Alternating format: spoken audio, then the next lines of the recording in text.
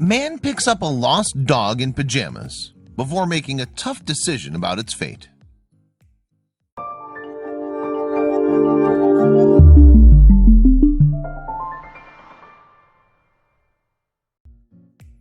Picking up a lost dog means taking on a lot of responsibility. To find the pooch's owners often requires putting up signs, calling numbers on tags, posting online, and maybe even housing the fella for a few nights. Making sure the dog and those who love him are happy makes it all worth it.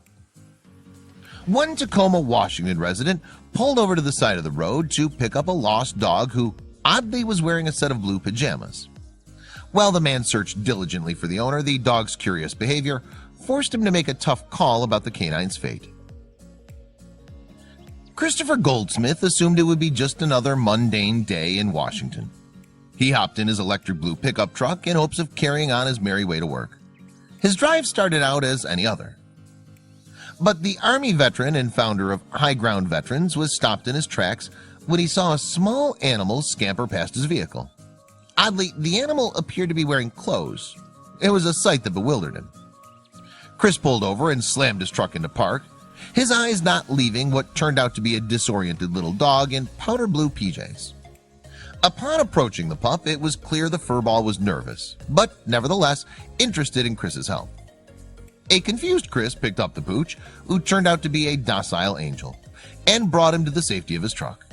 The two stared at each other for a moment before Chris whipped up a makeshift leash for the camel-colored dog out of a parachute cord. Hoping to find the dog's owner, Chris let the dog lead the way on an hours-long aimless walk. "We probably walked a mile in circles," Chris said. He didn't seem to recognize any house or make any attempt to run up on anyone's front porch. After a failed mission, they headed back to Chris's truck. When the dog, now more comfortable, nuzzled up to his new hero, Chris knew he had no choice but to take the dog to work. He couldn't deny he was looking forward to having an office buddy. Before taking the dog into the office, Chris called the number on the dog's rabies vaccine tag to see if he could obtain any information on who the lonely mutt must belong to. He found out that the mongrel was just 8 months old and adorably named Frosting. Though the company promised it would contact Frosting's owners, it simply couldn't give Chris any confidential information, so all the duo could do then was wait and tweet. Chris thought that perhaps the internet could help locate Frosting's owner.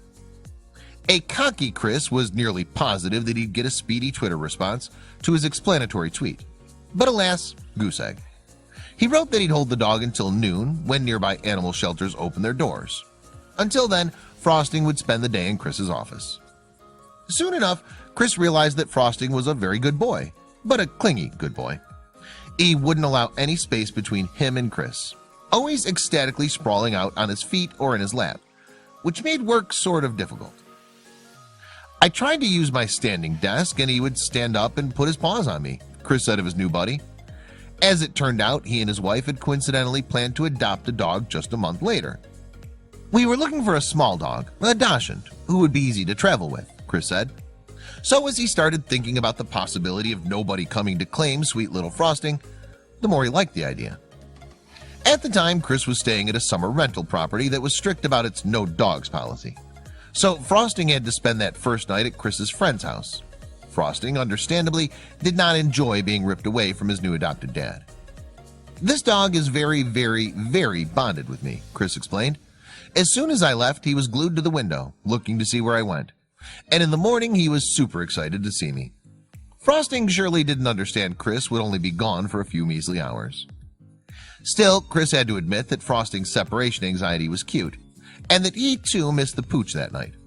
Considering their newfound connection, there's no doubt that Chris was more than elated when a week passed without anyone claiming poor Frosting. "My wife is already attached to the dog. She might die of a broken heart if we couldn't keep him," said Christopher. Though he joked about his smitten spouse, he couldn't imagine letting go of his new friend. He dreaded having to return the pooch. The curious case of Frosting was a bizarre one. Where were his owners? Why hadn't anyone contacted Chris? Why was Frosting wearing suspiciously clean pajamas when Chris found him? Though there were questions, Chris no longer cared for the answers. "He's nice, quiet, and well-behaved. Seems like he'll be the perfect office dog," Chris happily said. It looked like the Washington resident and his giddy wife were set on adopting the pupper who seemingly appeared out of thin air.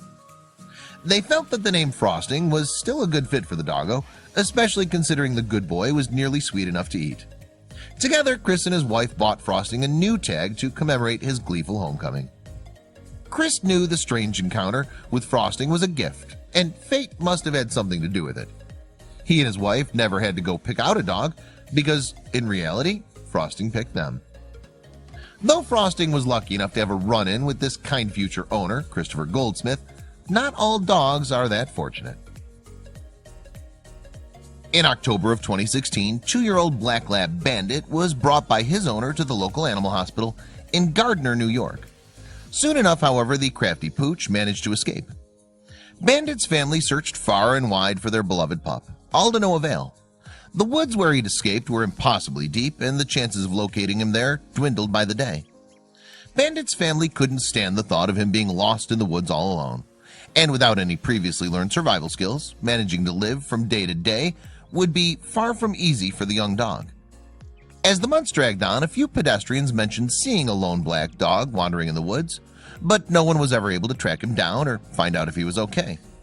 That all changed, however, in March of 2018.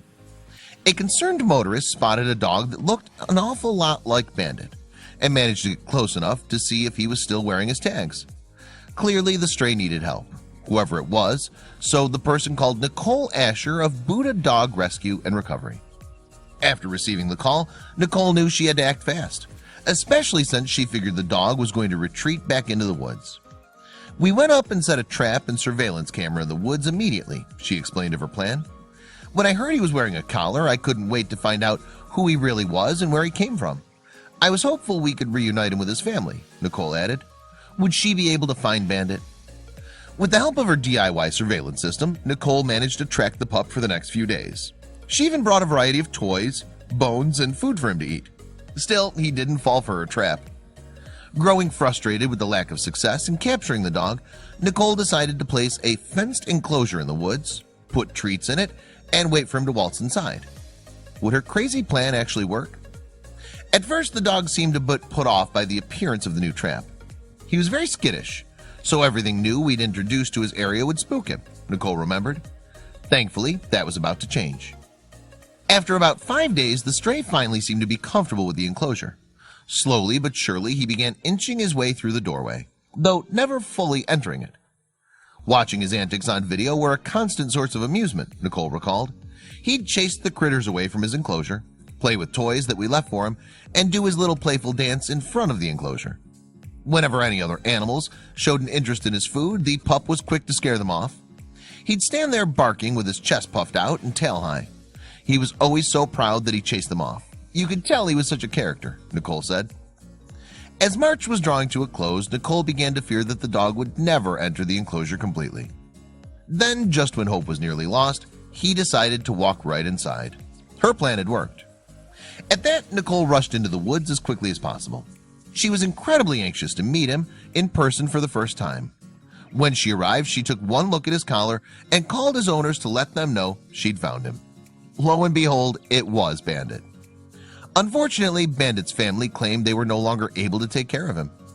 Their lifestyle had changed and they just couldn't take him, Nicole mentioned. They surrendered him to us right away. Apparently, this wasn't the first time he'd ran away for a long period of time either. Bandit was taken in by a partner of Nicole's rescue called Ramapo Bergen Animal Refuge in Oakland, New Jersey. Aside from a tick-borne illness, the veterinarian there was shocked to find that he didn't appear to be underweight or malnourished at all. In fact, he was a totally healthy weight, something they attributed to him choosing to live in a section of the woods where hunters often left scraps of meat. Still, everything wasn't perfect, as Bandit remained very skittish. Despite his being uncomfortable around humans, the veterinarians still had high hopes that Bandit would start to warm up to them, especially since Nicole mentioned how playful he'd been in the woods. "You can tell that he's a silly, lovable boy on the inside," Nicole explained. "His story's amazing, and I think he's given a ton of people hope who have lost dogs out there. They're very resilient and smarter than we give them credit for."